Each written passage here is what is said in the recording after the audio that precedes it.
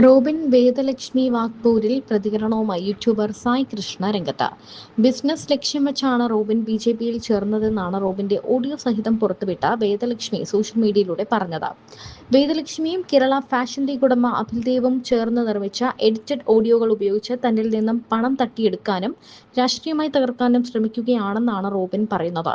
എന്നാൽ സാമ്പത്തികമായി തകർന്നു നിന്ന സമയത്ത് റോബിനെ സഹായിച്ചയാളാണ് അഭിൽദേവ് എന്ന് സായ് കൃഷ്ണ പറയുന്നു. ഒരു വലിയ തുക കടമുണ്ട്, മാസം മാസം അടച്ചു തീർത്തുകൊണ്ടിരിക്കുകയാണ്. എനിക്ക് ഒരറ്റം മുട്ടിക്കാൻ പറ്റുന്നില്ല എന്നൊക്കെ എന്നോട് റോബിൻ തന്നെയാണ് ഒരു ദിവസം പറഞ്ഞത്. റോബിൻ രാജാവായി നിന്ന സമയമൊക്കെ നിങ്ങൾക്ക് അറിയാമായിരിക്കുമല്ലോ. പിന്നീട് തീരെ പ്രമോഷനും പരിപാടികളും ഒന്നുമില്ലാതായി. ശേഷം രാഷ്ട്രീയത്തിൽ കയറി. അതിനിടെ അമ്മയുടെ ചികിത്സയും മറ്റു കാര്യങ്ങളും വന്നു. എല്ലാം ചിലവേറിയതാണല്ലോ. ലൈഫ് സ്റ്റൈലും എക്സ്പെൻസീവ് ആകും. ഫിനാൻഷ്യൽ ബ്ലോക്ക് വരും. അങ്ങനെ വരുമ്പോൾ മനുഷ്യന് പൈസ കടം വാങ്ങേണ്ടി വരും.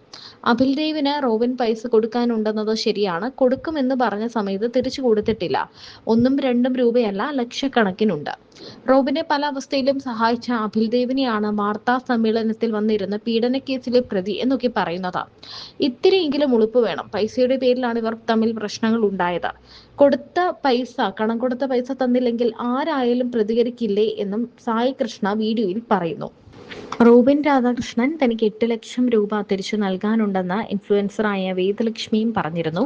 സാമ്പത്തിക തട്ടിപ്പിന് പോലീസ് എഫ്ഐആർ ഇടുമെന്നായപ്പോൾ മാപ്പ് പറഞ്ഞ് കേസിൽ നിന്ന് ഒഴിവായതായും ലക്ഷ്മി പറഞ്ഞു.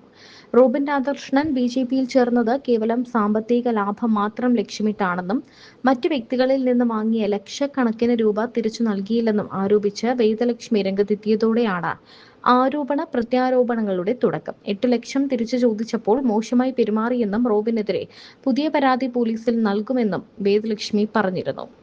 ലക്ഷ്മിയും കേരള ഫാഷൻ ലീഗ് ഉടമ അഭിൽദേവും ചേർന്ന് ആർട്ടിഫിഷ്യൽ ഇന്റലിജൻസ് സാങ്കേതിക വിദ്യ ഉപയോഗിച്ച് എഡിറ്റ് ചെയ്ത ഓഡിയോ ക്ലിപ്പുകളാണ് പ്രചരിപ്പിക്കുന്നതെന്നും വ്യാജ ഓഡിയോകളും ഫോൺ സംഭാഷണങ്ങളും കാണിച്ച് തന്നെ ബ്ലാക്ക്മെയിൽ ചെയ്യുകയാണെന്നുമാണ് റോബിൻ പറയുന്നത്. എല്ലാം നിഷേധിക്കുന്നുണ്ടെങ്കിലും പലരോടായി റോബിൻ പണം ആവശ്യപ്പെടുന്ന വീഡിയോകളും ഓഡിയോകളും പുറത്തു വന്നിട്ടുണ്ട്.